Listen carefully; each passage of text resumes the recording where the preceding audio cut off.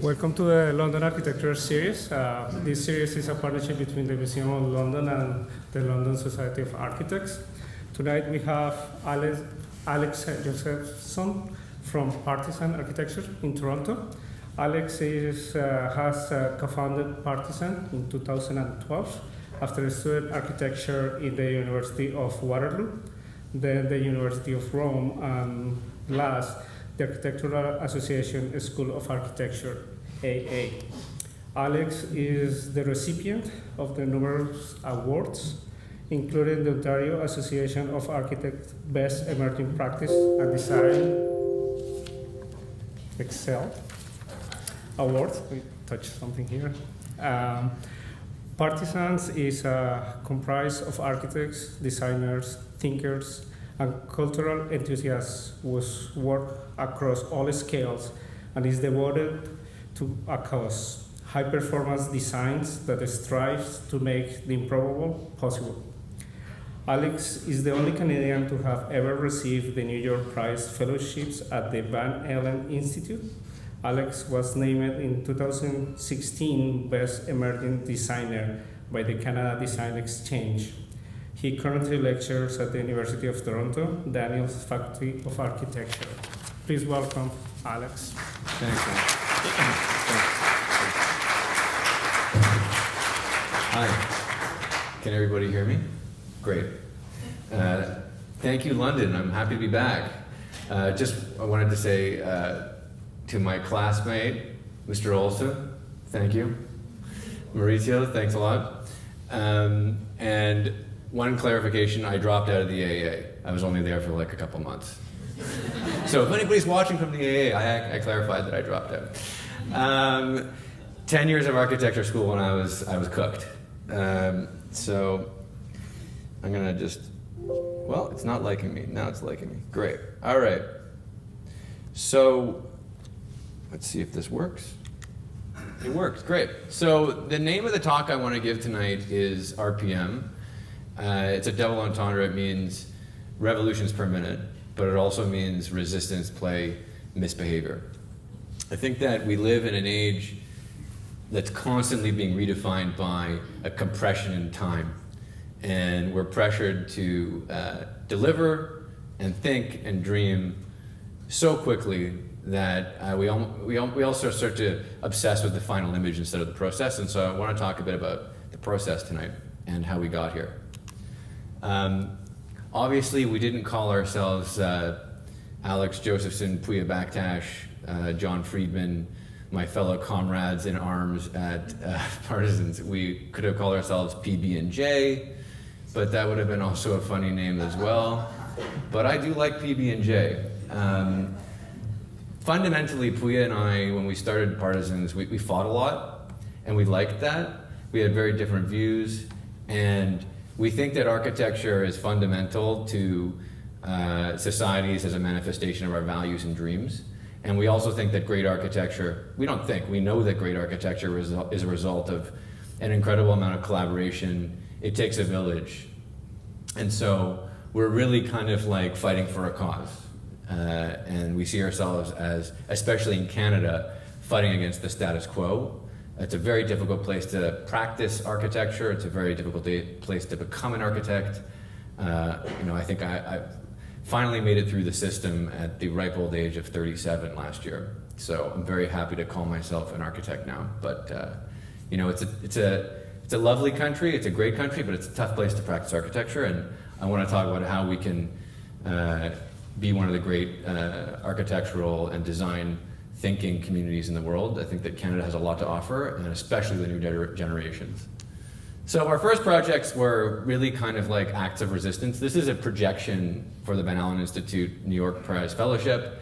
We actually projected a design constitution on the side of the UN building, which I almost got kicked out of the United States for doing, but it was really worth it. And it was rainy that night, so it's a bit blurry as you can see, but we were always interested in this idea of how politics, aesthetics, and space came together to create incredible architecture. And so these sort of weak signals from the beginning, everybody sitting on the ledge together. So this was us in our last space, we've grown. We've had to move every 3 years, this group of intrepid thinkers. We've got writers, we've got industrial designers, we've got architects, we've got interns, we've got Americans, we've got Colombians, we've got people from all over the world, South Africa, Iranian. And we finally found a home for the next 10 years in this building in Toronto. And so this is where we work and play. And I'm going to start with some architecture porn. You know, we're all obsessed with Instagram, and it's like you see everybody's work. And this was on one of our first projects, The Grotto. It's kind of like the Irish twins, The Grotto and Baraval. And it was like, we started with these projects, and people obviously thought we were the Hobbit architects because we used wood. But as everybody who's an architect in the room or isn't an architect in the room knows, architecture takes time. And so our first projects were, yes, made of wood, and because we're from Canada, also that is problematic because it puts you in a kind of box that says you're the wood guys. And how does that work with politics? But it does, and I'll show you that tonight. This is our WTF in Shanghai, our proposal. This is Twist and Shout in Toronto. This is the Glitch in New York. This is the Park Hotel in Newfoundland. This is a terminal in Seoul, South Korea. And this is Play. So I want to talk about what it was like coming back to Toronto after living in Rome. You know, Ryan and I, you know, we went to architecture school in Rome together, and you know, you come back to Toronto and your parents greet you back and they're like, great, you're gonna make some money now, right? After we just spent all this money on architecture school, and you look at their kitchen counter and it's got a restoration hardware catalog on it, right? And what do you say about that? You just spent all this money on our modern architecture education, and you've got faux classic restoration hardware catalog stuff on your kitchen counter. You obviously didn't learn from my education, but I did. So I took this book back to the studio, which at the time was this kind of ramshackle loft that I built with my own hands. Toilet in the middle of space, shower in the middle of space. It was very voyeur. Nobody liked it except for me, and then I ended up living at my parents' half the time. But I took this restoration hardware catalog back to the office and said, what are we going to do with it? Everybody loves this stuff. It was all about tufted leather, you know, like you see tufted leather in the catalog. Who likes tufted leather?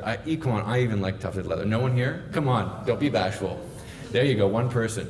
So we took the book back, and Puya and Shamir, who worked with us at the time, we built a script to turn any material into tufted leather.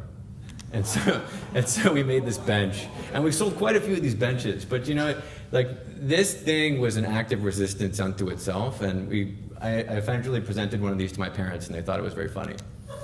And we tuffed anything now. The other thing we were doing for one of the first projects we worked on, and I won't show it to you because it's so awful, but you know, we were introduced to this sign plastic. You know, you see these horrible LED signs and they glow. There's actually this acrylic that's designed to conduct optical signals really well. And so we were working with this material, and we started to thermoform it, and that's how Guaylo came about. And so we started playing with material very early on, and it was about kind of a search for seduction and sentient qualities in our work and in the forms we were exploring. And it was really about process as well. This is informed by heat. And in a way, if you go back to the image of the grotto, it's informed by heat as well, the shape of heat. So we're fond of this idea. Beauty emerges when design misbehaves. Our first project really that got us on the map was a temporary mosque, and architecture today is really driven by clients, and this idea that architecture in history was really an important part of religious practice around the world. And you know, most of the great architecture that we look at when we travel around the world are churches or mosques or, you know, temples, spiritual spaces. Those, and obviously government buildings. There are tons of other types of architecture that we celebrate and that we call out to, but you know, this idea of architects going back and working in an experimental way in a religious context was really interesting to us. And so Puya and I got together in our undergrad and graduate programs, and we designed this mosque. And we built it in Queen's Park. And the idea was this new architecture based on the fundamental idea of the Kaaba and Qibla. So Kaaba is the black cube in the middle of the mosque in Mecca, and the Qibla is the direction you are at any point on earth to Mecca. And we said, well, why are the people who are facing Mecca looking on the surface of the earth when they should be looking there? It's there, it's not there, it's there. It's through the earth, it's a sphere. And so we had this idea that we could replace Kaaba with a singularity, this idea of everybody in the world facing Mecca. This obviously got us into all sorts of trouble. But it was a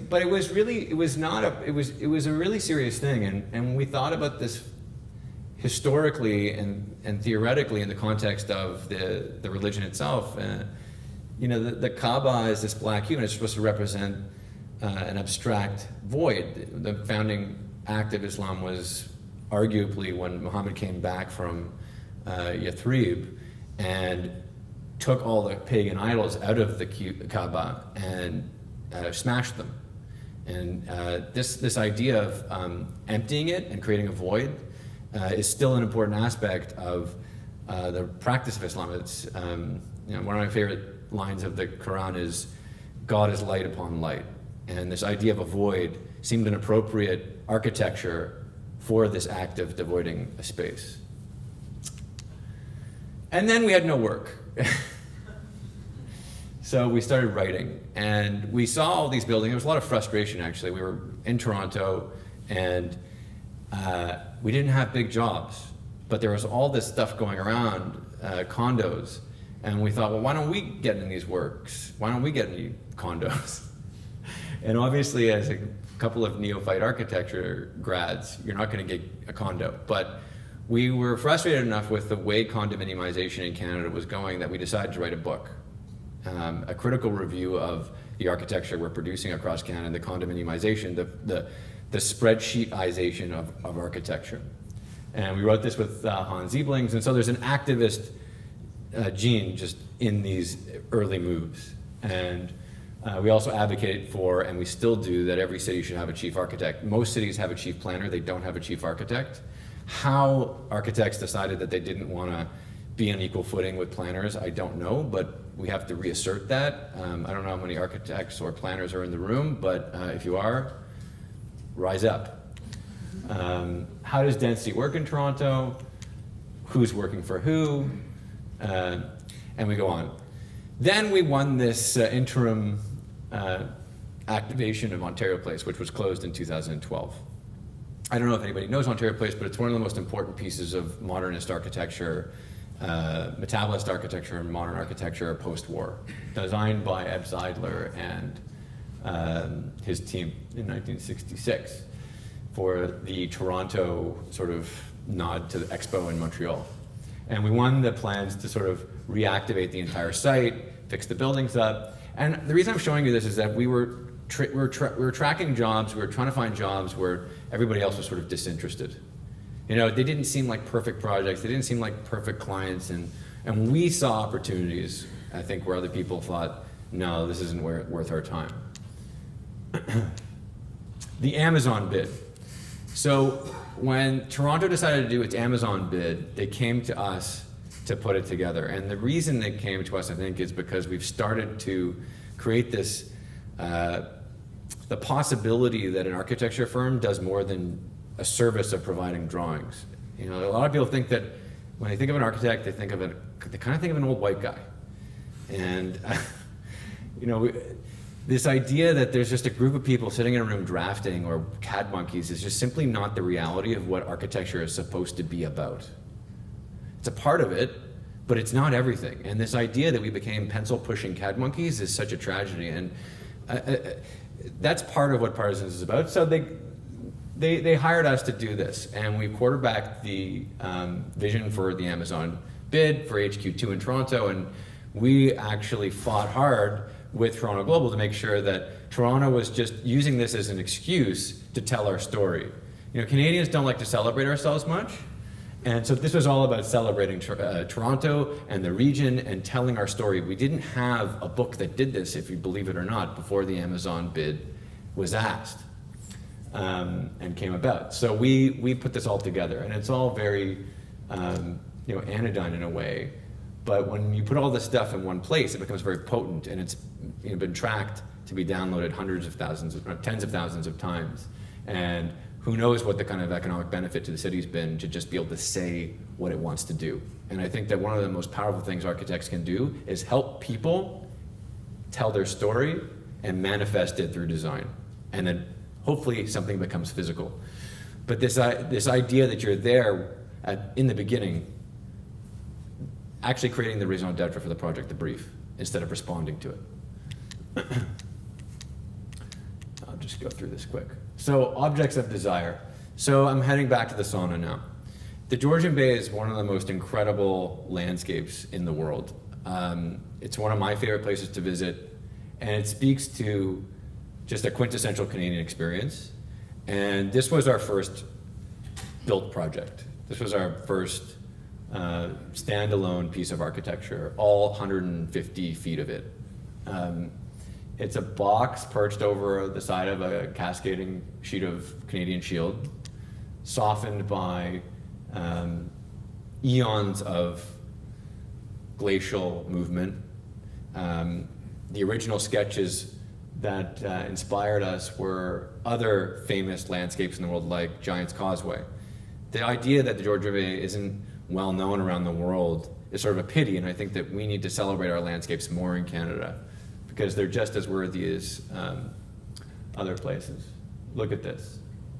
And how can you build in a place like that without having a deep respect for every square inch of that stone? And so we 3D scanned it because we wanted to understand it, and we wanted to build in it. And then the architecture itself is essentially a kind of profile, these three profiles of the rock. And so it's this black box that's coming out of the rock, but it's really drawing the profile of the rock. It's expressing it, it's celebrating it. And then we showed this picture to the client, and they loved it. They just fell in love with it, and they asked us, so can you build that? And we were like, absolutely. We had no idea how to build it. We had no idea how to build it. And so the quest to figure out how to do this started. And it took a lot of time, and it took a lot of help from some special people. Gregory and Nick from MCM. I don't know if you guys are familiar with MCM. It's the local Canadian manufacturer, one of the great manufacturers in the world for wood and steel. We use a lot of computerized scripting, Rhino scripting especially, in Grasshopper to achieve a lot of our work. Basically, for those in the room that don't know what that is, it's basically the ability for architects to interface at the atomic level to control the geometries you're working with. So it's like actually being able to control the bits and bytes of matter as it's simulated in the computer, instead of depending on the algorithms that are provided you in the software. So it's like going deep. And it allows you to do a number of things that just the stock tasks and routines in software would provide you. And so how do you build in the Georgian Bay? Well, we had to drive it up there and deliver it. How do you make wood look like that? We used photography and photogrammetry to essentially match pieces of wood and their grain so that it would eventually look like we cut it out of one giant piece of wood. At one point during this process, we started to realize that the software that controls the arms with the drill bits on it that they used to carve the wood at the manufacturer didn't work. And we had to actually re-investigate how the heads of these machines move to cut the geometry that we were working with. So Mastercam, the company that makes the software, rewrote and patched their software working with us on this project. So it was a fascinating experience. A lot of sweat and tears, but it all worked out. And I figure we got pretty close to the rendering. And I think that I go back to this image, like, we're so obsessed with the final product, but there's so much that people do to get there. And in an image-driven society, we need to always remember there's a secret story behind everything. So this kind of created a platform for us to work on what you might call the folly. This is a typical English folly. There were many of these temples built across England in the sort of pastoral, picturesque gardens of English mansions and estates. And obviously being Canadian, we have a kind of provincial quality as well. We're a colony, and we get asked to do a lot of follies. And I don't know what it is about Canada, but everything has to be a pitched roof, it seems.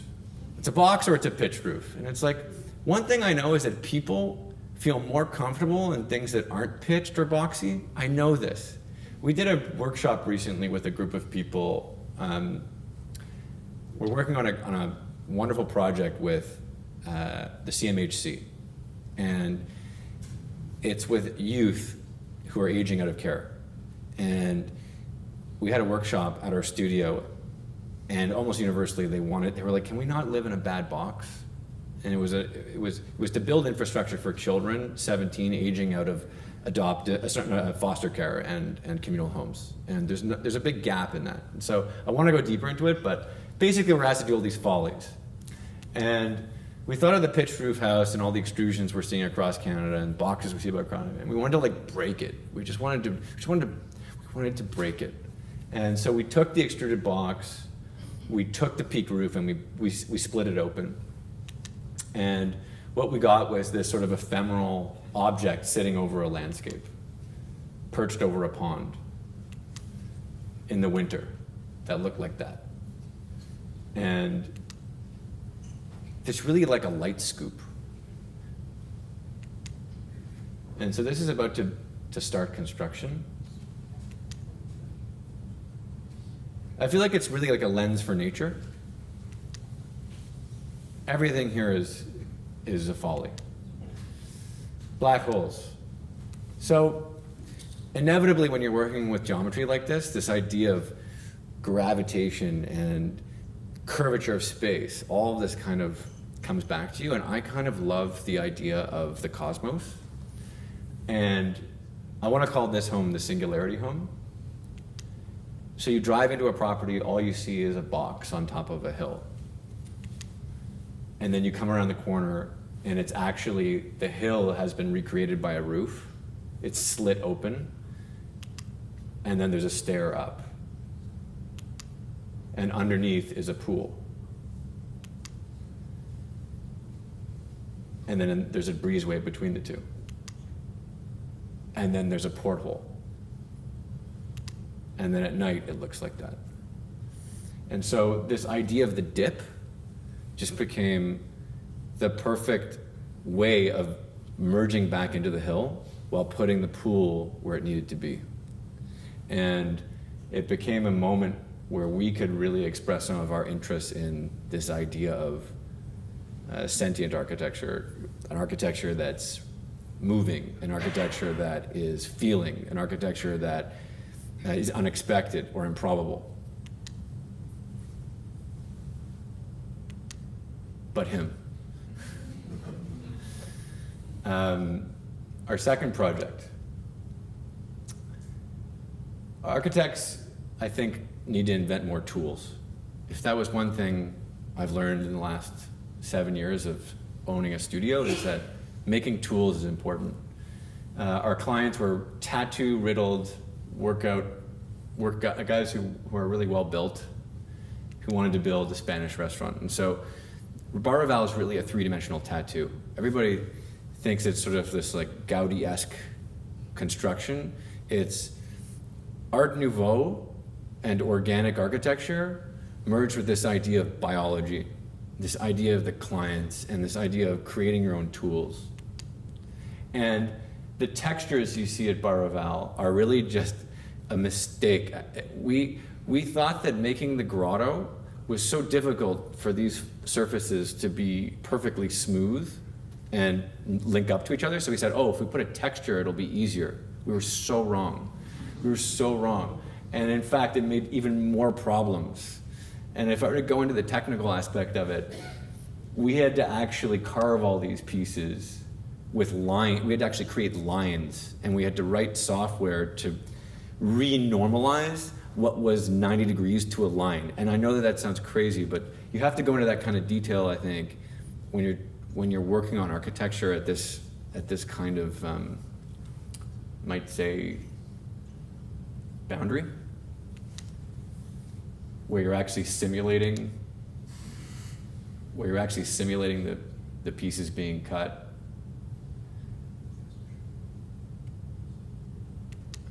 And then producing things like beer taps made out of cast bronze, cast from the hands of the client you're working with. And so it looks like that. And so I think these interior images made people think we were interior designers. And so this one restaurateur came to us and said, I bought a garage on the east end of Toronto, and I have this restaurant group called Gusto, and I want to create an amazing restaurant here. And we were like, the east end of Toronto? No one's over there. And you know, in the subsequent 4 years that the project took place, the entire East End has become a hotbed. And so Janet Zuccarini of the Gusto Group is really kind of a genius, and she's built a restaurant empire on creating unique menus, unique spaces, and she's an incredible inspiration from not only a business perspective, but from a personal perspective as a person, as a friend. And so her story is that she takes over garages, and she had bought a photo studio. And I said, well, we have to build a 4-story restaurant that's a garage and that talks about your story. And she told us that she would build houses with her uncle back in Italy. And in Italy, she would build houses with terracotta. So we had this idea of garages and terracotta. And so we came up with a terracotta hyper garage. And these are the original sketches. And I did this sketch at the OAA initiation. What's that called? It's like the day where you go and they tell you all about the risks of being an architect. And this was what I drew. And I think I was actually called out for not paying attention or something because I was drawing most of the time. And thinking about Janet and what we would do for her because we wanted to do a great job. So we proposed this thing. It was really simple and elegant. It was a terracotta wall and the biggest garage doors in the world, all glass. And this is what it ended up looking like. It was finished last week. These are the largest articulating panes of glass in North America. They're 23 feet by 9 feet tall, and they all go up. So this restaurant literally is a hyper garage. And in Italy, you eat al fresco. And so you're eating in a terracotta al fresco hyper garage. And this was a rendering of it. And this was the build. And I don't know, I'm just really proud that the stuff that we render looks like the stuff that gets built. It's a thing. I like before, after. One of the things that bothers me, a pet peeve about Toronto and working here, in London as well, is we see these images of the buildings that are being put up in their selling stage. They don't have their context around them rendered. The buildings look one way rendered. And then, can you imagine owning one of these units in one of these buildings and you get what you get? It's like bait and switch time. That's something that I can't stand. But you know, these are renderings, and then this is built. And the lowly brick. Louis Kahn once said, "Brick, what do you want to be?" And the brick said he wanted to be an arch, or she said she wanted to be an arch. When I think about brick, I think of something that's creative. So I think of a more feminine idea. And she says, "I want to be an arch." And these terracotta blocks said, "We're beautiful on the inside." And so we cut them. And so all we did was take terracotta block and cut them. When we showed the manufacturers in Ohio what we wanted to do after their initial price, they were like, "Oh, we can do that." And the price of cutting each block went from being $8 or $20 with labor in Toronto post-production to 75 cents in a factory in Ohio, which Sandcool out of Ohio. Props to them. A lot of love went into this project. And there's the doors up. So this is our, I'd say, like first standalone building versus the sauna, which is sort of a FOLLY. And this is what it's like on the street. Union Station. So Union Station kind of made our studio.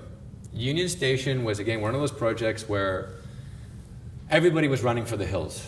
There's never been a positive article, well, there hadn't been a positive article about Union Station until that point. It was very badly communicated by the city of Toronto. Again, like, we just don't celebrate ourselves enough. It's actually a miracle what's going on at Union Station. Hundreds of trains a day, 300,000 commuters, no delays, no change in schedules, an entire station evolving under their feet, above their heads, around them. A feat of kind of architectural engineering on a level that Canadians didn't really have exposure to, and nor the base building architect also wasn't able to communicate what they were doing, and we were brought in to help with the interior fit out and also to work on how to take a station, a transit hub, and turn it on its head. It's one of the most beautiful buildings in Canada. Why does a train station just have to be a conduit for people? That makes people feel like fish, but people are people. And so you have to think of what it's like, or we thought it would be better to think, what's it like for one person to walk around that building? A building where 100,000 Canadians went to war and passed away, gave their lives. You know, like a very solemn, special place. And turn that into a place of gathering, a place that's safe, a place to get food, a place to have a drink. Stations in Europe, in Eastern Europe, are like terminuses. Union Station's this incredible, it's more dynamic than that. And so we thought about how are people going to feel in this space? And there's 700 columns at Union Station. So it all became about the meander. And in fact, the idea of meandering became their logo. And so this idea of what the experiences of a person could be there became the actual brand. But funny enough, organically, it spells union. So we got the job because I think of two reasons. We created a BIM model, which is basically a three-dimensional twin in digital format of the station. So the developers got the tech on the cheap, but they gave us enough rope to hang ourselves on in terms of designing the fit out. In most modern projects, these things take up more space as we sort of expand in time. Systems take up more volume than people do in certain buildings. And so at Union, we had this trouble. One of the beautiful places in the world where you have exposed ceilings and dealing with systems is the Met Breuer, designed by Marcel Breuer. And we thought, how could we take the things that end up in a ceiling and take up more space than people do so that the people can actually enjoy the space? You have the lowly fire sprinkler, the LED light that we all love so much, the wonderful HVAC diffuser, and some drywall, and what do? Well, you put them together, and you get a bunch of engineers. You know this scene in Apollo 13 where they all get together, we're gonna have to build a filter. We literally, it was this, or we got 7'8" drywall ceilings in the most important piece of transit infrastructure in the country. Second busiest after Grand Central in New York. And so we kind of refused to say no. And what we came up with were these, what we called them avocados at the beginning. It was this mutant between a diffuser, a light bulb, and a piece of drywall. And everybody said it couldn't be done. And then RWDI, these amazing engineers in Guelph, again, amazing Canadian manufacturers and people who don't necessarily have street notoriety, but should because they're working on the most important projects in the world. So Formglass out of Mississauga does things like the Delhi airport, like just giant projects. No one knows about them here, or at least very few people do. So Formglass, shout out to you. And RWDI, who helped get these things approved to actually be a certified air diffuser. And all this, what does it get us? It gets us the pod, pressurized ocular diffusers. Here are the prototypes being built. This is the mock-up. And then this is my partner, Puya, boldly going where no one has gone before. And, Puya is an interesting guy. Like, I like to tell his story. He came to Canada from Iran, and he actually hasn't been able to go back to Iran for 10 years because of the political situation. And so I like to sing his praises as many of these presentations as I can, because partnership's important, and acknowledging the people you work with and the collaborative process is key for us. That's me down there, and that's him up there. He's beaming me up. And then this is it, in situ. So I've got another 15 minutes, and I want to talk about this project we're working on right now called Orbit. Orbit, if you haven't noticed, I've gone up in scale as we go. Orbit is an idea for a new comprehensive strategy to build complete communities without sprawl. Canadians love space. We love our own space. We've gotten used to it. It's unsustainable. It's part of the reason our country is less efficient, less competitive. It's our enjoyment of space that actually is also, you might call it a thorn in our side. So Innisfil, this unlikely place between Toronto and Barrie in a country called Canada, in what is a very polarized world, right? Kind of like this island in a very scary place. And just north of Toronto, had this RFP.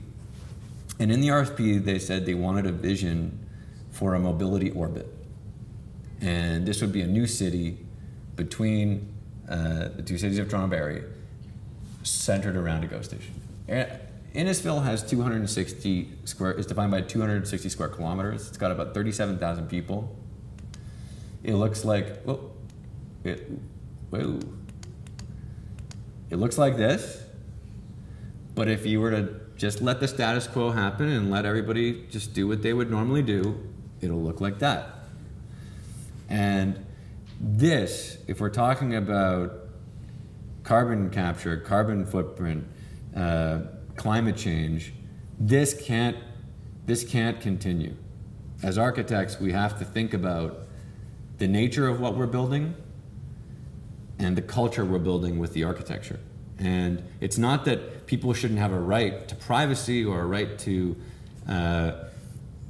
living in a peaceful,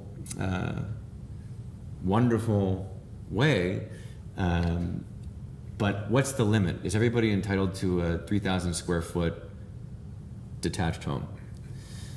Ironically, the space of the average home and the size of the average home has increased threefold since World War II.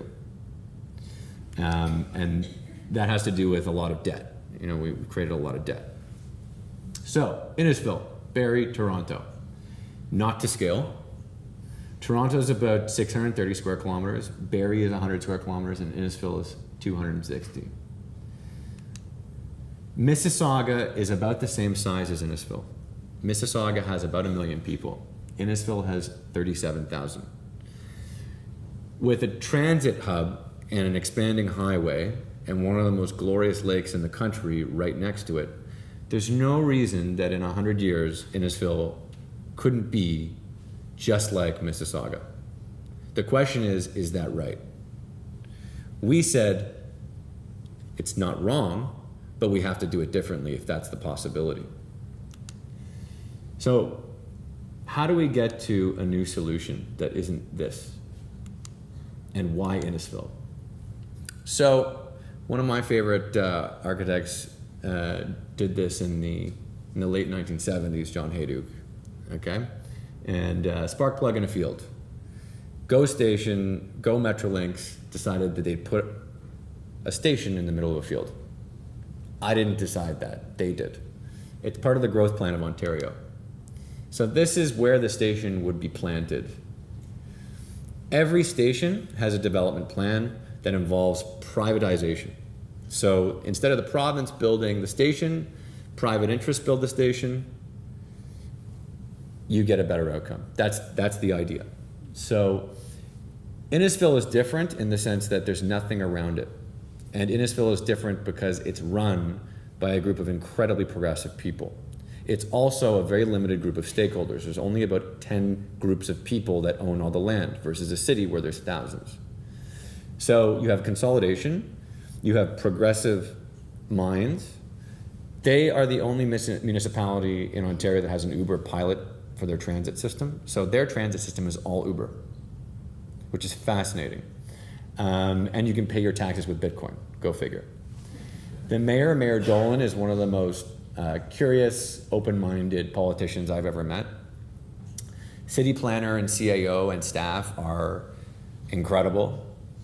And they put this whole thing together with us. And it was a collaborative experience. And the question was, what is the definition of a complete city? And going into this, Partisans didn't bring the baggage of having done 1,000 cities. And what we learned is that sewage pipes and where the you-know-what goes is really important to figuring out these communities. We have a real problem in Toronto especially with dumping our excess sewage into Lake Ontario. And so finding a way to grow populations without polluting the world becomes a very big issue in terms of growth and planning new cities. So we sat down, learned how many pipes we needed, found out what it costs in terms of development charges, inquired whether we could have healthcare, inquired whether we could have retail, culture, park space, a town hall, trails, manufacturing, roads. These are all the things that through focus groups and meetings with the community were decided were critical to be part of the vision for their community. And in the middle, obviously, is transit. How do you make trains something to celebrate? When I was a kid, I used to love hanging out near train tracks. Right now, the policy in place says that nothing happens within 100 feet on either side of the train tracks. We question, why does that have to be? Why can't you have a nice, beautiful, long fence, beautiful electrification, and trails, and art, and trees? And instead of a kind of no man's land, a place to be celebrated, a place where communities can actually use as an artery. The question is how you get across. How do you create a station? And this is a kind of montage of a autogrill in Italy. This is their kind of version of an en route, so like a gas station or a restaurant, and you just park on either side and you take stairs up, and it's shared for both sides of the road instead of doubling it up. And we said, well, replace the highway with the train and build the autogrill as a way of dealing with the separation the tracks create. And what is an orbit? So what the hell is an orbit? Chris Hadfield asks us. An orbit is this idea of something with incredible importance and gravity with a whole series of things spinning around it. Could be electrons or subatomic particles traveling at light speed. It could be satellites orbiting around Earth. It could be the moon orbiting around Earth. In this case, Innisfil is defined by a series of communities who are disconnected from each other. And in a way, they're in orbit around each other. And right in the middle there, where the big white dot is the planned station. So the idea is, instead of creating connection through sprawl, create connection through intensification. Create connection through creating a center and a place everybody understands and orients themselves to within the community. This obviously implies density. And density, in our minds, is a kind of ripple effect. It shouldn't just be ad hoc. And so the density should exist in respect to the transit. So how do you plan a city from scratch? Well, we have grids. We have the spaghetti plan. Everybody knows these. The Romans made the grid. New York is the grid. The spaghetti plan is a thoroughly North American invention. And it's supposed to create an idyllic maximization of the Earth's surface for detached dwellings. The problem is that neither of these work for people. You can't walk anywhere. People don't walk in straight lines. They walk in diagonals. If you ever go through a park, you see all these diagonals. People love diagonals. The concentric plan is something that architects and landscape architects for hundreds of years actually, since Ebenezer Howard and before, have been toying with. But no one gave them the chance, except in certain circumstances. There's a couple of precedents around the world. And we said, well, if we're not building a place oriented to cars, and we're not building a place oriented to the single family dwelling, but rather for this idea of a 10 to 15 minute walk, why should it be a grid, and why would it be a spaghetti plan? It should be a concentric circle. The problem is that in Ontario, this guy named John Simcoe, he planned our grid, and it's all these diagonal concessions. And the problem with that is it's driven by a kind of rationalization of land to give to settlement. Okay, it's not driven by any kind of what you might call urbanism.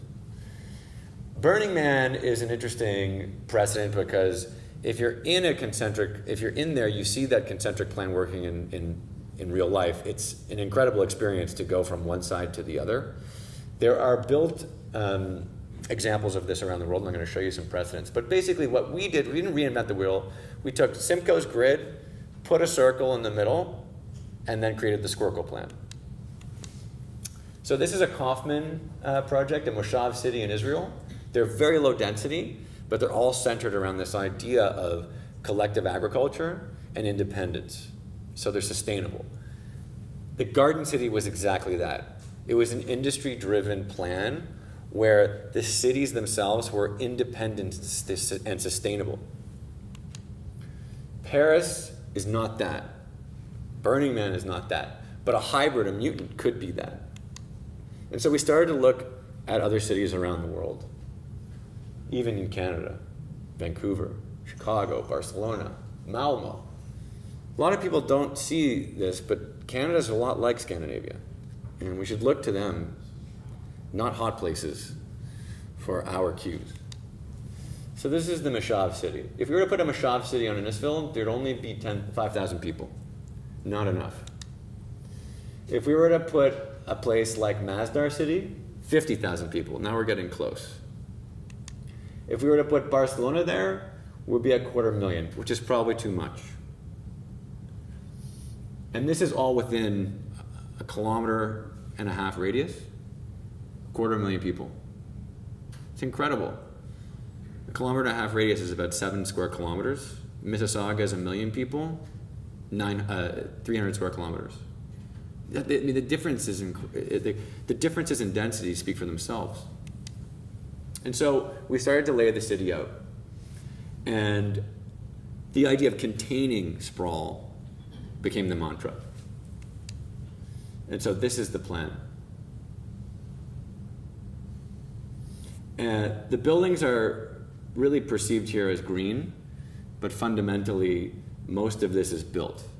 There's shared gardens. There would be townhomes at the lowest density, and then going up to towers in the middle beside the train station. You can see the existing fabric of spaghetti around you. This is what it would look like from the sky. And you see the green rail line through the center. The green rail line could be a motif and a strategy that's used all across Ontario, Southern Ontario. This is what it looks like up close. And then on the street. And this is a place where you can have larger units. The cost of land is lower. The cost to build is lower. People can live in larger units that have terraces. You can see the lake. The potential for this kind of thinking across Canada can't be underestimated. Our ability to operate in competition with the other countries in the world to meet our carbon targets, our emissions targets, is predicated on these kinds of intensifying moves. We need to start seeing architecture as not just a technical problem, but an intensity problem and a proximity problem. We're not going to solve this just by putting better furnaces in and sourcing better materials. We have to think about the amount of space on this planet that we all really need. And finally, how do we deal with technology? How do we manage data?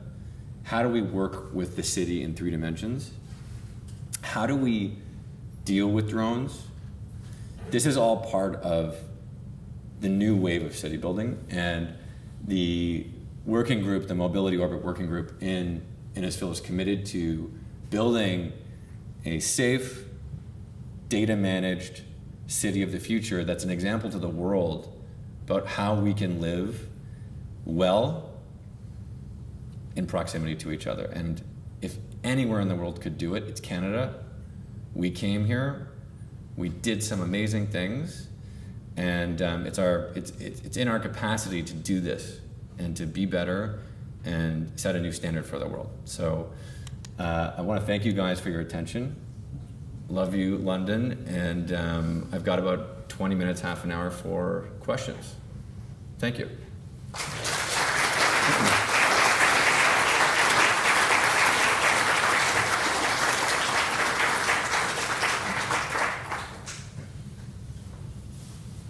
Yeah.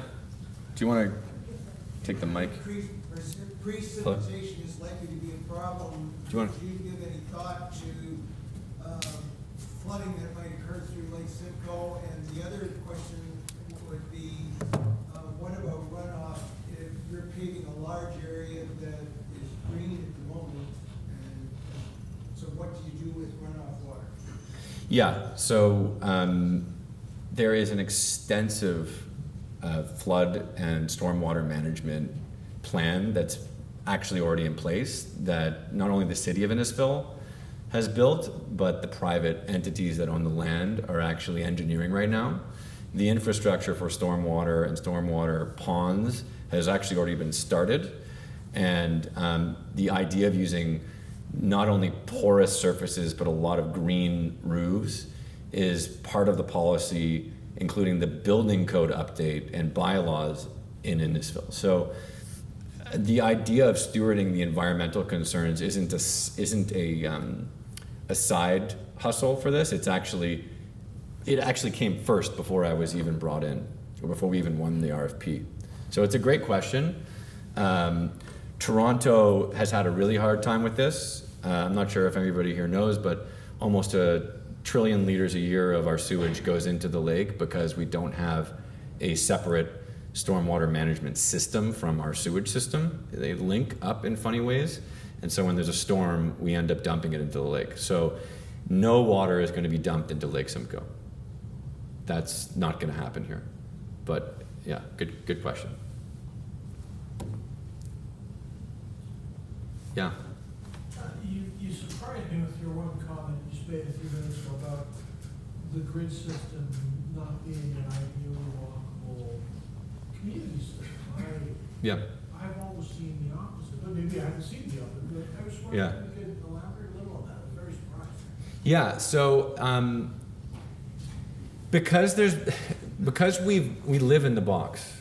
We live in this assumption that the grid is is an efficient, pleasurable way for people to get around in. But fundamentally, if you look at the behavioral patterns of people walking through open space, they don't walk in grids. We walk in diagonals, we walk in circles. People aren't shaped like boxes. And the grid is a kind of rationalization of how to deal with the Earth's surface. And it's not that it's wrong, it's not that it's not pleasant for you or pleasant for me. I love walking around New York. But fundamentally, if you're trying to get rid of the car, that's a different thing altogether. If you want to give people the way from their home on a diagonal, which is the most direct line, the shortest distance between 2 points on a sphere is a diagonal or an arc, it's a concentric circle plan. So cars in that plan, it's less efficient because of the geometries and the wayfinding. So for a car, the concentric plan is the worst possible nightmare. But for people, it's a game changer. And with the advent of autonomous driving, autonomous vehicles, transit, walking, you're talking about a radius of about 1,000 meters. So a person can walk that in 15 minutes. Okay? So the number of cars required for a community like this is way less. So it's not that I don't like being in a grid, and I do love the grid, but if we're gonna move to the future, which involves a carless or car-free society, or way less cars, we've got to rethink the very fabric of what we live in. And it's not to say that the grid hasn't done us just fine until now. It has, and it's the reality in most of the planet. But why do we have to accept that as the only way?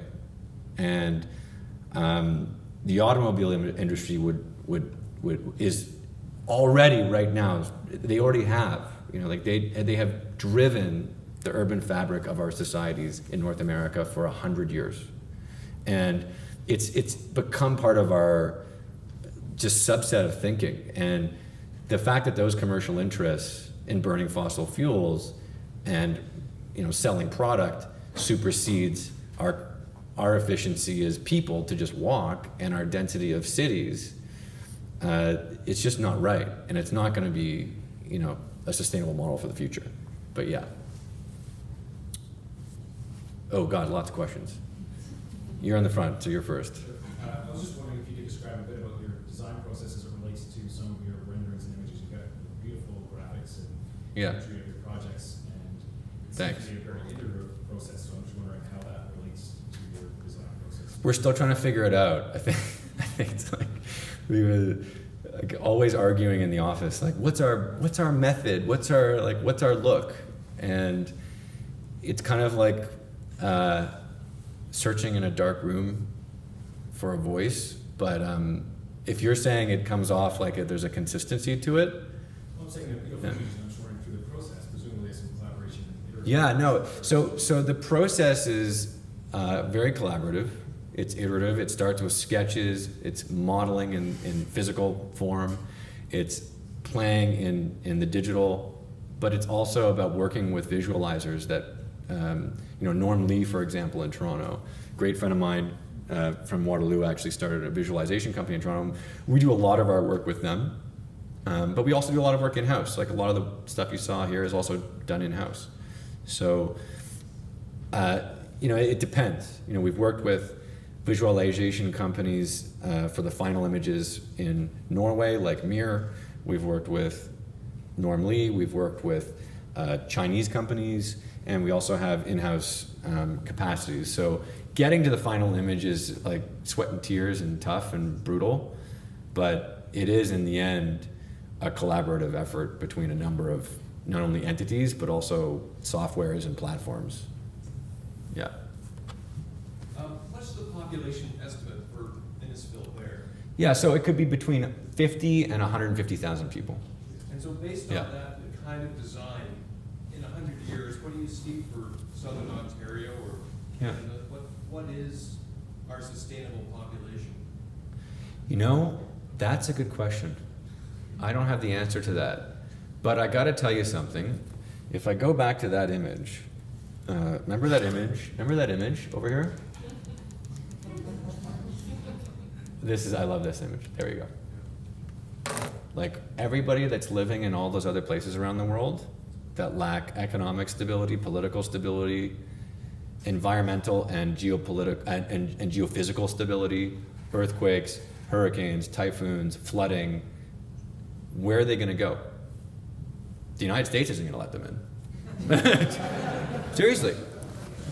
And I think that Canada's brand, I keep on talking to politicians in Toronto and in Ottawa, and I'm like, why we don't have a national design and architectural policy that governs the future of this mass migration that's going to occur. They are coming, 100%. And if we look in this audience, we are a diverse population. We need to continue to be diverse, and our architecture needs to directly reflect that diversity and audacity and courage to find better. So how many people should be in Canada? I don't know. Maybe there should be 500 million. I have no idea. But because as wide as Canada is, east to west, it's the same distance north to south. Yeah, no, I totally agree. It's an immense country. It's immense. Now, I don't think a lot of it should be necessarily populated. It's tough going. I mean, like, you know, I wouldn't say that every place in Canada is an ideal context to build a city, nor a sustainable context to build a city. But who knows in 100 years what the temperature is going to be in northern Manitoba? We have no idea. I mean, it could be balmy in Toronto in January in 100 years. It is balmy in Toronto. It is balmy right now, and no one wants to admit it, but it's true. It's like been the nicest winter ever. Warmest, not nice. Good point. Yeah, wrong word. But yeah, like we live on this amazing island. How many people should be there? I guess what I'm saying is, how do we develop population centers in our country responsibly moving forward? We should develop our own model. And that's very powerful. It's something that is responsible, but also is a reflection of our connection with the earth. You know, I think that one thing that defines Canadians is our connection to the land, right? And I know that we're going through some really tough stuff right now in terms of reconciliation. Our Indigenous peoples have an incredible connection to the land, and the idea of just cutting all the trees down or taking all the ore out or you know, irresponsibly just doing whatever we want, wherever we want, without a plan, doesn't seem to make a lot of sense to me. I think we need plans so that people know what the goal is. And if we just knew the goal, we'd have something to fight for. And I think right now we just don't have a lot of clarity as to what our goals are as a country. And architecture is, I think, central to making goals for ourselves as a society. So that's the best. I think it's a great question. I don't know the answer. Yeah, I had a question about, because, I mean, obviously there's a variety of scales here in the work that you've shown. Yeah. And, I mean, there's clients behind each, right? And it sounds like some of the smaller scale projects, you know, there's been some connectivity in advance where, you know, familiarity on your side and theirs that resulted in that collaboration. But I'm curious how you've created those kind of synergies in the RFP process on, you know, when you're working with clients like Innisfil or Union Station, where you're not necessarily, you don't have that pre-existing relationship maybe, but you're still working to try and kind of achieve that alignment to pursue architecture at this level, right? And so if you could speak to kind of that client relationship at the different scales, I'd be really interested to hear. Yeah. It's a good question too. I don't think everybody wants to work with a group like us. So I feel like we've self-selected in a way. For example, and I'll get to the real crux of the answer that you're looking for, which is how do you tell a client what they should do without them firing them? Right? Like the real question is, how do you tell people they should do this without them saying, are you crazy? You're fired. And I think it's an important question to answer, but also to give context to this, who are the people we've told you probably don't want to work with us already, just by the work we've done? And I think part of what we've done is we've never shied away from being outspoken. And so I'm sure that a lot of the developers in Toronto and a lot of the architects in Toronto don't like us and find us brash, arrogant, presumptuous, and all these things because we wrote this critical piece of literature on the development community and the kind of architecture we're building in terms of condominiumization. So in a way, I think that what our studio has done is operated on the extremes because there's no room for us in the middle. Like no one's gonna hire us to do a commodity tower. Like there's no need. And on top of that, the people and the firms doing commodity work in Canada are being forced to work for fees that aren't reasonable. If there are any architects in here, you know, there's a real struggle in the middle where developers and institutions and also municipalities are forcing architects to work for wages that don't allow them to think. And so I get to your answer, which is, how do you tell a client what you think? They have to give you the space to not be worried about your fee all the time, They have to give you the space to feel like you're not going to get fired if you say what you feel as a professional. And I don't think that that luxury, which is afforded us, very fortunately in a lot of contexts, is afforded to a lot of other people. And architects around the country, I think, need to be respected more and allowed to speak their voice, their minds, and say what's right. In the end, we're supposed to be a profession, and we're supposed to be giving people professional advice. And I sometimes think the context just isn't there to tell someone really how you feel. And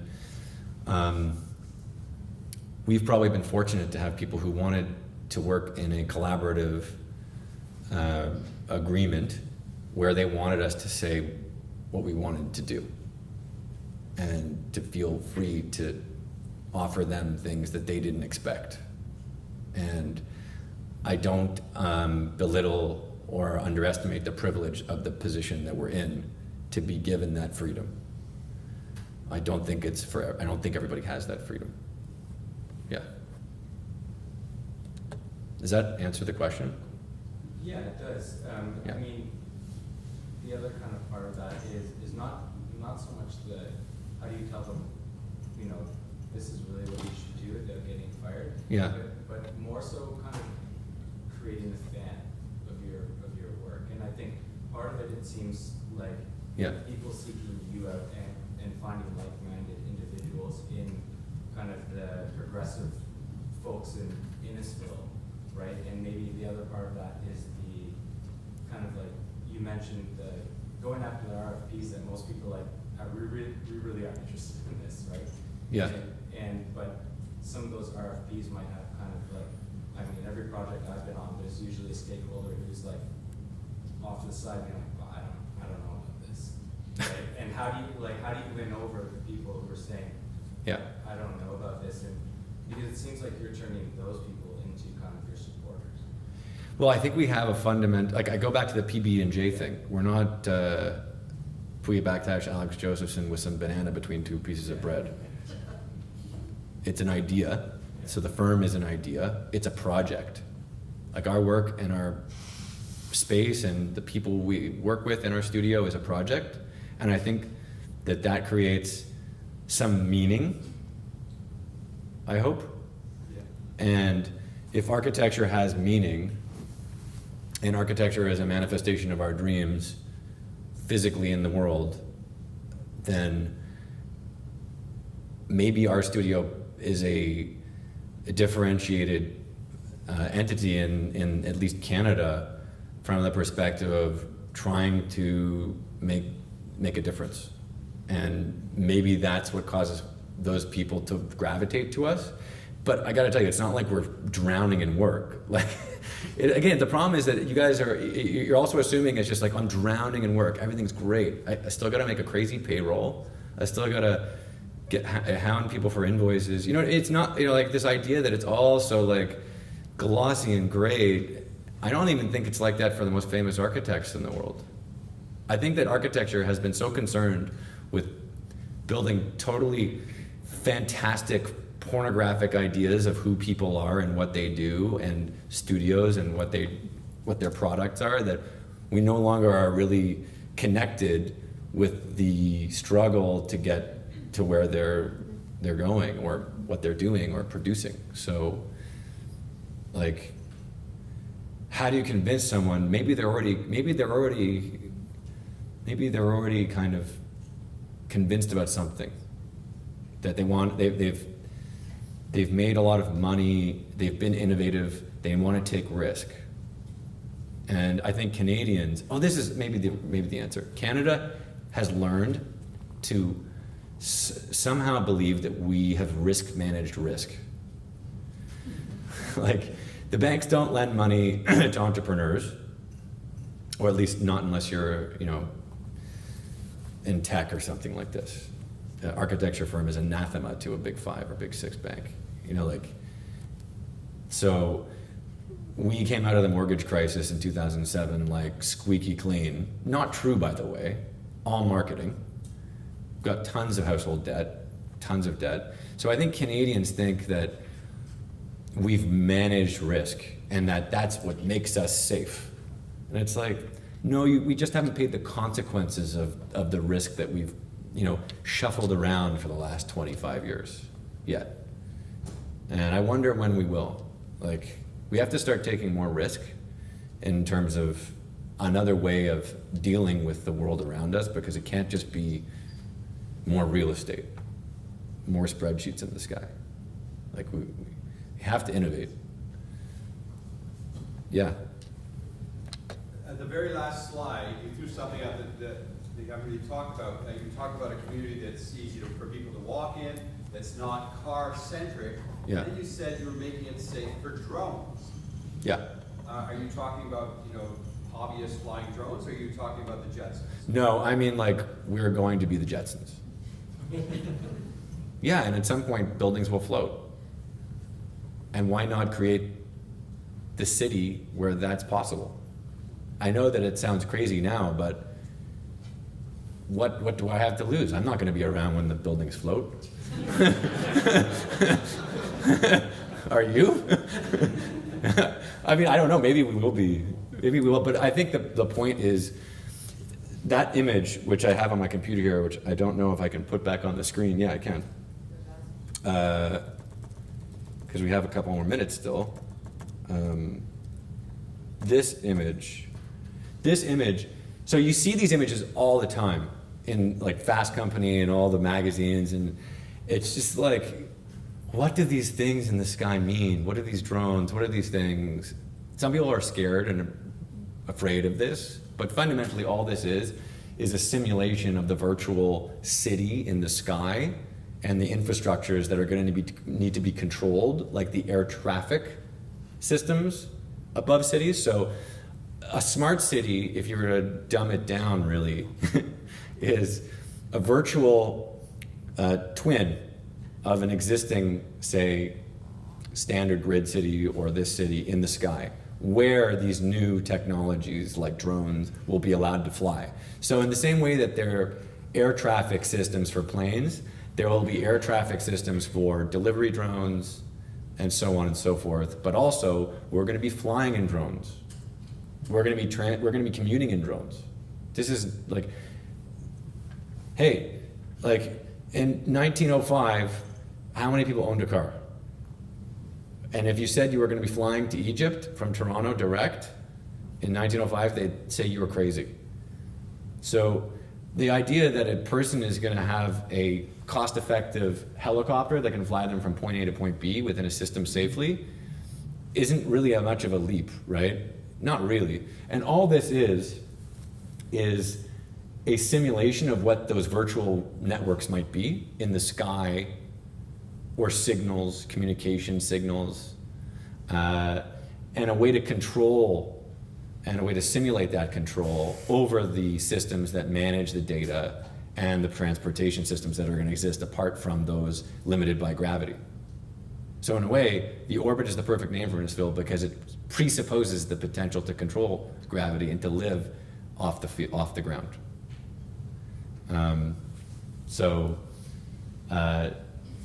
It's really just a provocative image to elicit a question like that.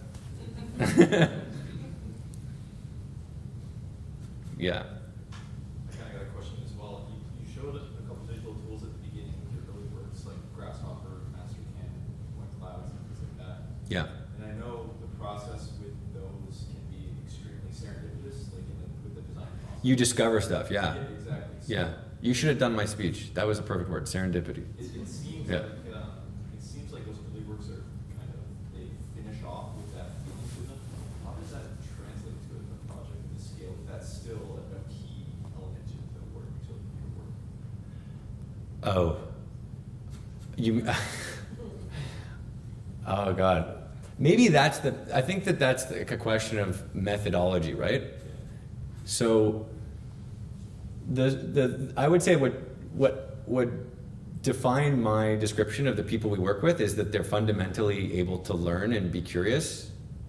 I'm way less able than most of the guys and girls that we work with at the studio. My business partner Puya can learn a computer language like nobody's business. Susan in the office, Trish, like they're like, and we send people to learn new things all the time. And, you know, like for example, tomorrow a whole group of people in our office are going down to Boston Valley Terracotta to figure out how to use Oculus to place blocks in situ on site. And we don't know when we're gonna use this, but we're gonna figure out how. And someone's lending us the Oculus, and someone lent us the 3D scanner. You know, like a 3D scanner back in 2013, 14, when we did the first scan, was like $250,000. We didn't own it. And in fact, Ellis Don, you know, there's so many people to thank, really. You know, like Ellis Don, they stood behind us. Ellis Don, one of the biggest construction companies in Canada, they helped us 3D scan the site. Can you imagine a multi-billion-dollar construction company helping a bunch of hooligans like us go to some island and scan the site? It was just because there's a camaraderie like yours. You know, like you're like, I want to learn new stuff. And we found the 3D scanning guys, and we were like, do you want to spend a couple of nights up in paradise and scan this island with us and hang out and have some beers? Hell yes.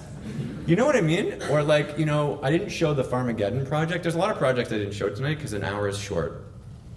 But like, there was this project that we also did called the Farmageddon, and that's how we got to that oversized piece of glass at Gusto.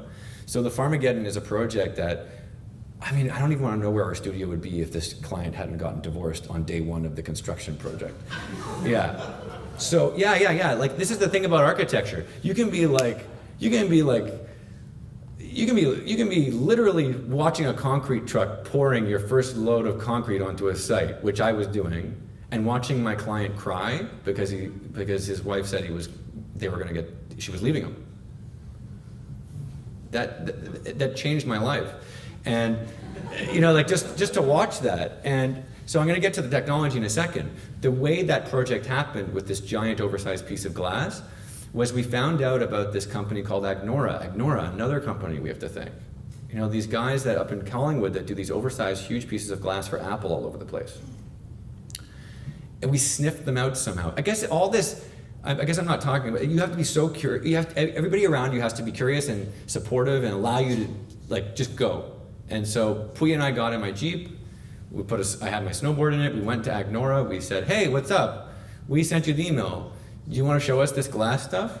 And they were like, who are you? And we were like, we're from Partisans in Toronto. And they're like, you guys have an architecture studio? And we're like, yeah, we're architects. And basically they were like, architects don't come to factories. And I'm like, yeah, they do. And, you know, at the time, you know, we went around this factory and they showed us these huge pieces of glass being used in Apple stores and all these amazing stuff, like for these projects. And we were like, we gotta use this. And we were like, we can't afford this. Our client can't afford this. You know, like these are the wealthiest companies in the world using this stuff. And so I remember what Louis Moreau said. He's like, we're gonna talk about it. We're gonna talk about it. And I said, will you be able to help us? And he goes, do you ski? I go, no, I snowboard. He goes, do you have your snowboard here? I'm like, yeah, it's in my Jeep. And so we went snowboarding and skiing together. Me, Louis, and this other guy, I can't remember his name anymore. Nice guy. And we went skiing and snowboarding at Collingwood that day. Puya he doesn't know how to ski, so he ate hot dogs at the bottom while we skied. And so we're going up the chairlift with these guys from Agnora, and I said to them, so how are we gonna be able to afford this piece of glass? Like this 25-foot by 10-foot sheet of glass that eventually got smashed. And he said, don't worry, kid. You came all the way out here, we're gonna do it for you. And it was like, I don't know, I think if you're just passionate and you're authentically passionate and earnest, I think that people come to your help. Even, you know, no matter what age you are. If you're really passionate and earnest about something, I think that people come to your help. And like, it's always been like that. And it has to happen on every project. We have to fight for every penny. And like, the guys from Portugal that did the So that's Panorama and AMG from Portugal, who did the glass at Gusto. You know, like, they saved us. If they didn't believe in us and helping us build something, we wouldn't have been able to afford it, and it wouldn't have been like that. And, you know, we fought for it. So I think that your question is about curiosity. Your question is about curiosity. It's about earnestness.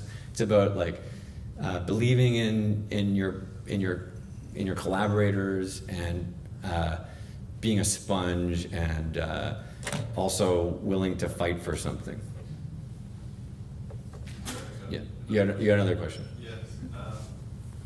Talking about collaboration, which is very evident in the work, obviously, which we've mentioned before. How do you convince an naysayer that says a think tank firm is not sustainable? Like ours? Yeah, exactly. Or like very large. You underestimate the human capacity to survive. No, I don't. This is war, man. I know the answer. Gotta pay the bills. What? There are large international firms who can do this sort of thing. They have their own. Yeah. And I'm telling you, the incumbent firms in this country have done everything to try and destroy us. Yeah. From poaching our staff to speaking ill of us. I mean, like, you wouldn't believe what goes on in this industry. I would probably. Anyway, it's like, I think it's just about, like, I don't believe in that. Every one of those firms that you revere was a startup phase firm at one point. Yeah. You know, like, everybody, and the problem is they have us, the boomers have us believing that we can't do it on our own. Really? You're proving them wrong.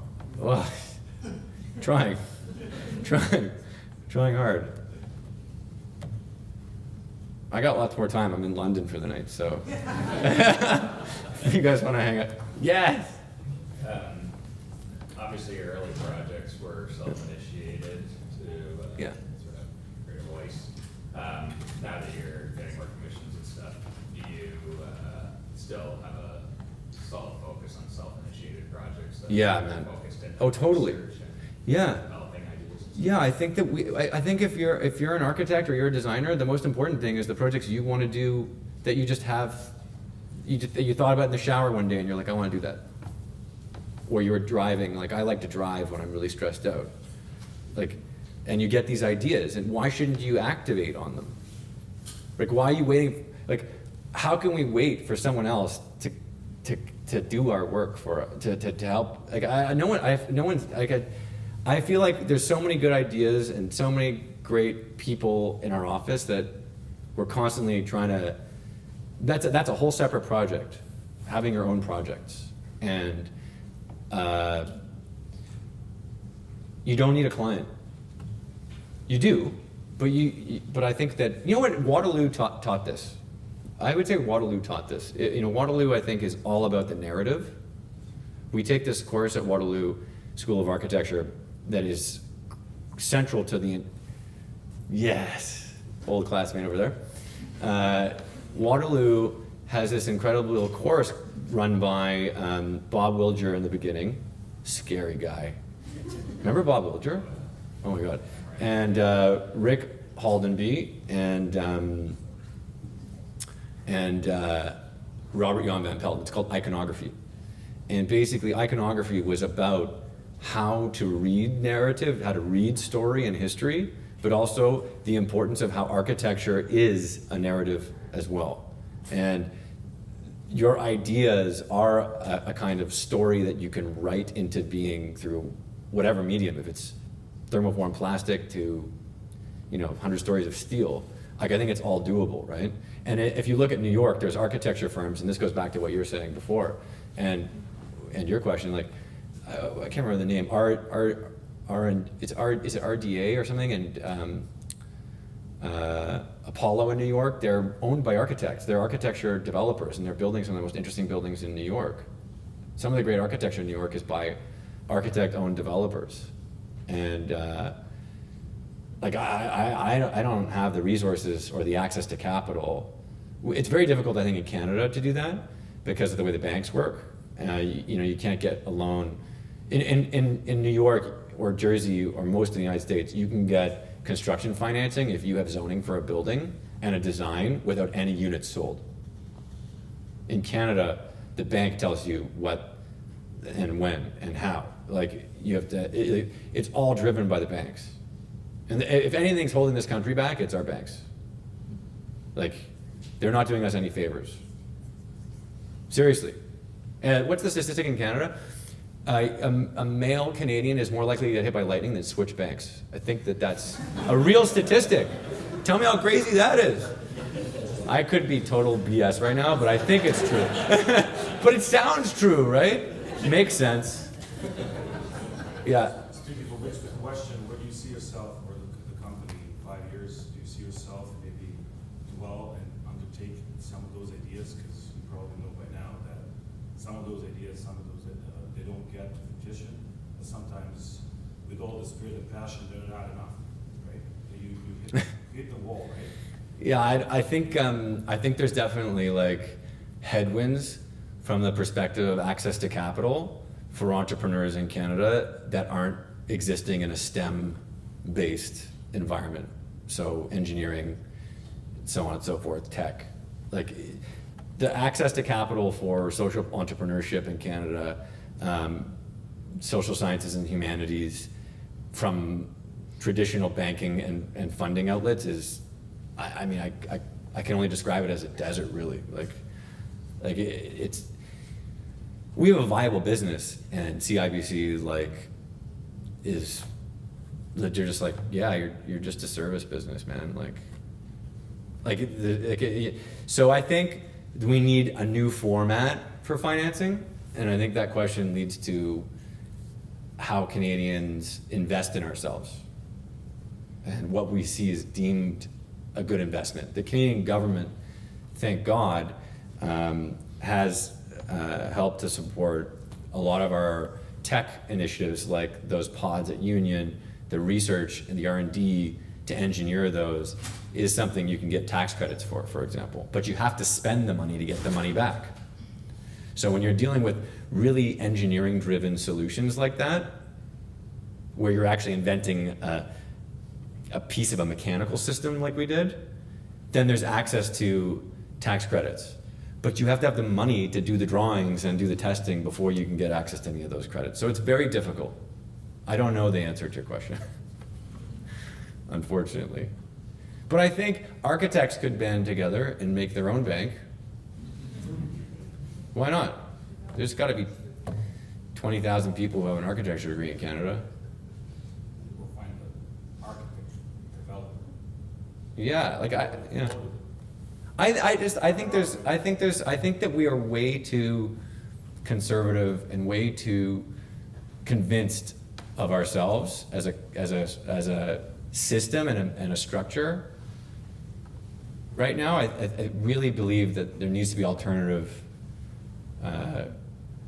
avenues for funding in Canada, especially for architects. But I know that this goes to a whole other group of fields as well. Like, it's not just limited to architects. I mean, I'll give you a perfect example of this. The Danish prince, and I think king, but I'm gonna say prince, came to Toronto with all the famous architects you guys know from Denmark. They had this incredibly posh event. They invited all the VIPs in the development community and property community to meet the prince and the royal family, and guess who else? Danish architects. And do you know how many billions of dollars of commissions Danish architects now have in Toronto? It's crazy. And they see the value of design as a brand to their country. Scandinavian design, which, by the way, is also Finland, is also Sweden, is also Norway. It's not just Denmark, but they own it, man. And that country has made huge impact from a GDP perspective per capita on design. Right now, we don't like, I think some people were saying, like, Canadian architects take on the world. I'm like, really? But really? I think like if you're really critical about it, it's different if you're collaborating with a famous architect than going after their lunch in their own country, which I think we could do. I think Canadians are super talented, and I think that if the Canadian government stood behind us, we could create an architecture and design brand for Canada that not only has social import and value, but like a whole set of other amazing things that other countries and developers around the world would want to buy in from a values and mission and purpose perspective. You know, like, we're Canadian. We're seen as a humanist society.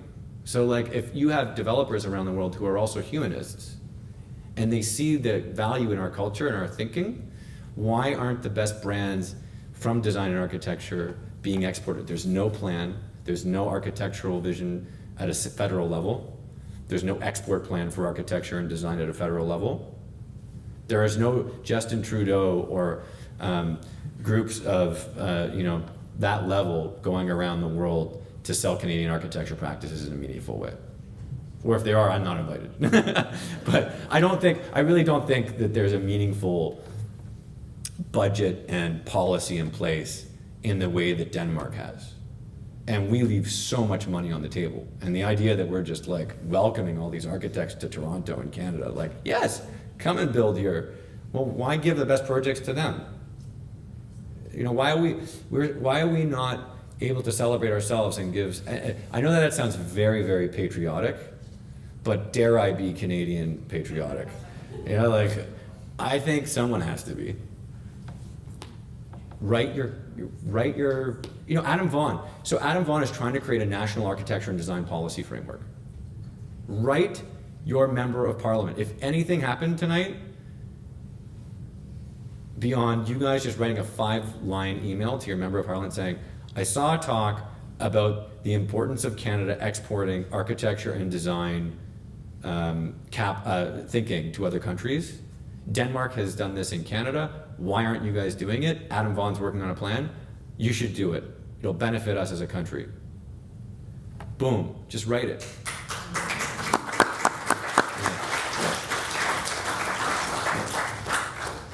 I don't know how much more time we have. We got more time, right? Any more questions? They clapped. That's it. Thanks, guys.